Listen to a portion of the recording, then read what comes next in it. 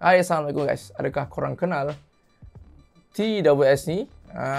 The best, the king of under 100 true wireless earbud.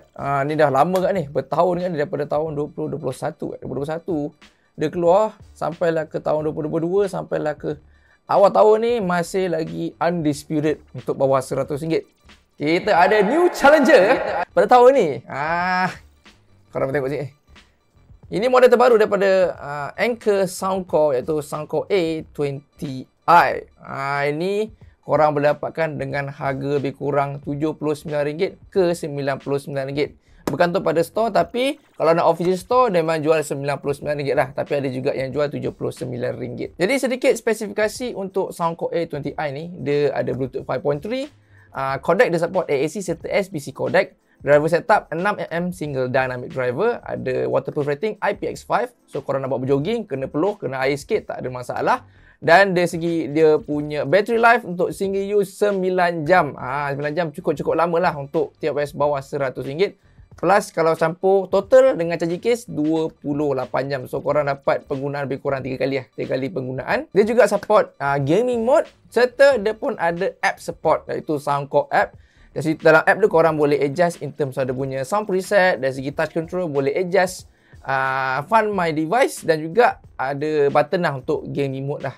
Semua boleh adjust kat dia punya app dia. So kalau tengok dari sini design charging case serta dia punya earbuds. So kalau korang tengok design charging case ni memang sangat-sangat compact lah. Saya rasa ni memang ada iras-iras dengan Edifier X3. Design charging case memang sangat-sangat kecil lah. Dan kalau kita buat sedikit comparison dengan Tranya T10B ni, nampak Tranya T10B ni ada gemuk sikit lah. Apa tu, A20A ni lebih kata orang halus sikit. Apa yang paling best sekali, dia punya charging case dia ada sediakan sekali lah tempat nak sangkut lanyard ni, ada lubang kat sini. Dia pun bagi sekali lah lanyard ni. Korang boleh gantung lah kat korang punya bag ke, mana-mana yang selesa lah. Dan dari segi dia punya earbud dia pula pun amat lah comel lote. Memang sangat-sangat compact. Dia punya earbud dia sangat-sangat compact. Kecil kau. Tengok. Punya kecil dia tu sampai terjatuh. Kita buat sedikit lah comparison dengan Tranya T10B. Memang jauh beza lah. Jauh beza. Tranya T10B ni lebih kata orang panjang sikit. Dia panjang sikit. Tapi yang Soundcore ni dia lebih pendek sikit. Lebih compact berbandingan Tranya T10B yang boleh tengok. Tapi dari segi ketebalan kalau tengok dari segi ketebalan untuk kedua-dua earbud ni, bagi saya dia macam ada iras-iras sikit lah. Sikit lah, dia macam lebih kurang sajalah dari segi ketebalan dia. Dari segi dia punya fitting memang sangat-sangat selesa lah. Nak pakai memang saya rasa tak ada isu lah. Saya rasa semua telinga akan suka lah. Memang kira ergonomic fit. Cocok dan pusing sikit, dan dia akan rest dengan cukup-cukup secure. Saya pakai ni pun memang tak ada isu lah. Selesa lah. Nak buat baring, kena buat tidur pun boleh sangat-sangat selesa. So overall design dengan dia punya fitting memang sangat-sangat cun. Sangat berpuas hati. Saya memang suka. Fitting nice, size compact. Apa lagi yang korang nak? Saya terus guys, in terms of dia punya microphone. Microphone dia ni dia ada dua je, satu dekat dia punya earbud. So selepas saya menggunakannya, bagi saya microphone ni macam macam so-so sajalah. Korang nak guna boleh lah nak buat calling, tapi memang tak boleh nak expect a very good quality microphone lah. Jadi korang boleh dengar sendiri microphone test ni. Okay guys, inilah cuba mikrofon Soundcore A20i. Cubaan 1, 2, 3, cubaan 1, 2, 3, cubaan 1, 2, 3. Okay, sekarang kita tengah guna mikrofon untuk Soundcore A20i. Cubaan mikrofon 1, 2, 3, cubaan mikrofon 1, 3, cubaan mikrofon, cubaan mikrofon 1, 2, 3. So okay guys, ini adalah cubaan mikrofon Tranya T10B. Cubaan 1, 2, 3, cubaan 1, 2, 3. Ini sedikit comparison, korang boleh dengar sendiri perbezaan antara Tranya T10B bersama dengan Soundcore A20i. Mana satu korang rasa yang lebih bagus, lebih jelas. Okay. Saya tengah guna mikrofon dia. Cubaan 1, 2, 3, cubaan 1, 2, 3, cubaan mikrofon 1, 2, 3. Dari segi dia punya sound quality, so ini paling penting sekali ya. So dari segi dia punya signature sound dia lebih kepada warm and smooth sounding. So memang heavy bass. Pada kepala-kepala bass, korang mesti akan sukalah. Out of the box, sound dia memang agak bassy. Dan bagi saya untuk dia punya tonality, bass dia tu lebih kata orang memang cukup-cukup energetic. Quantity memang ngam, sub bass pun memang cukup rumble. Cuma sedikit bloated. Dia sedikit muddy sikit lah. Memang dia akan kacau sikit dekat bahagian mids. Dia sama memang akan overpowering sikit lah dari segi bass. Tapi bagi saya dia tak teruk sangat lah muddy ni. Macam boleh terima lagi. Dan dari segi dia mix agak lay off sikit, dia cakap ke belakang sikit, clarity tak apa nak ni sangat. Treble pun sama juga, dia memang smooth. Smooth, dia punya clarity pun macam sikit-sikit je lah. Sebab sparkle pun tak berapa sangat. Tetapi kalau sebabkan ini dia punya out of the box, memang bagi saya memang kepala-kepala bass akan suka. Tapi untuk saya bukan kepala bass sangat. So memang saya kena buka kat dia punya app, buka EQ, saya akan pilih EQ preset yang ini Korang boleh pilih preset. Unfortunately cuma preset saja, tak ada manual EQ. Pergi dekat dia punya ni EQ ni, korang boleh pilih dia punya preset. Okay, ni ada quite of ton of variety korang boleh pilih. Tapi saya punya usual preset saya akan pilih akustik. Akustik dan juga yang bawah sekali ialah dia punya treble booster. Okay, so kalau saya on akustik ni, dia akan bawa forward dari segi dia punya vocal. Memang bahagian mid area tu clarity lebih improve. Dia akan naikkan vocal tu lebih present, lebih kata orang lebih lunak. Sebabkan bass dia punya heavy bass, memang vocal jadi lebih lunak lah. Okay, dan dari segi dia punya treble pula, untuk yang kalau akustik ni dia dapat naikkan sikit lah. Walaupun dia taklah berapa nak sparkle sangat, tapi dia dapat improve in terms of dia punya clarity. Okay, dan kalau korang pilih pula yang treble booster ni, saya punya favourite juga. So treble booster ni akan naikkan lah bahagian treble. Dia akan jadi macam mild V. Dia akan naik macam V-shape sounding. Okay, tapi still dia taklah berapa nak sparkle sangat. Walaupun dah naikkan treble booster, sparkle dia tu masih kata orang macam susah je lah. Okay lah.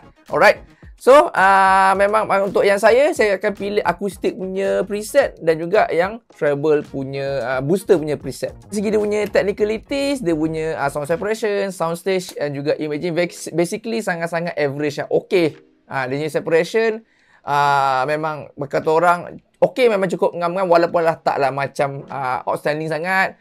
Dekat certain track tu mungkin akan ada sedikit berkecamuk sikit lah. Segi dia punya sound stage, dia punya imaging pun memang bagi saya okay, memang average. Agak adalah depth punya tu, keluasan tu still dapat rasa, dan juga imaging dia pun dapat bagi dengan cukup tepat lah. Tapi kalau saya compare lah dengan Tranya Hati 10B so kedua-dua ni memang ada sedikit perbezaan, walaupun dua-dua agak heavy bass. Tapi kelebihan pada Tranya Hati 10B ni, dia punya treble dia tu dia bagi lebih sparkle dan lebih clarity. Itu menjadi kelebihan dekat Tranya Hati 10B berbanding dengan Soundcore A20i ni. Okay, dia beza kat situ lah. So dia sekarang ni sound quality dia bagi saya memang okay untuk dua-dua ni, tapi dia beza preference orang lain-lain. Sebab ada satu orang tu memang suka bass. Memang suka bass tapi nak a bit of mix yang cukup clarity, treble yang cukup sparkle sikit-sikit. Ini memang sesuai lah. Tapi kalau nakkan lebih sparkle sikit dan juga bass yang up juga, korang boleh stay ataupun angkat yang Tranya Hati 10B. So dari segi dia punya connection dan juga touch control, so macam dia punya pairing mode dia sangat-sangat mudah. Buka dan kena cabut lah. Dia tak ada yang open lead to pair.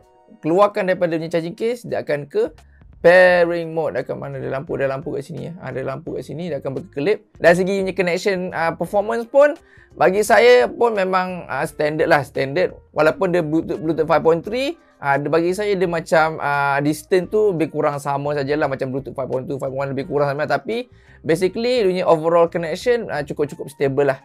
Touch control pun sangat-sangat responsif, dan korang boleh adjust kat dia punya app. Nak tukar lah, tinggal touch, double tap dan press and hold tu pun korang boleh adjust ikut pada preference korang. Dari segi latency, dia ada gaming mode. So korang nak buat main game pun boleh, tak ada masalah, tak ada isu dari segi latency. So korang boleh tengoklah latency test ni dan korang boleh nilai sendiri.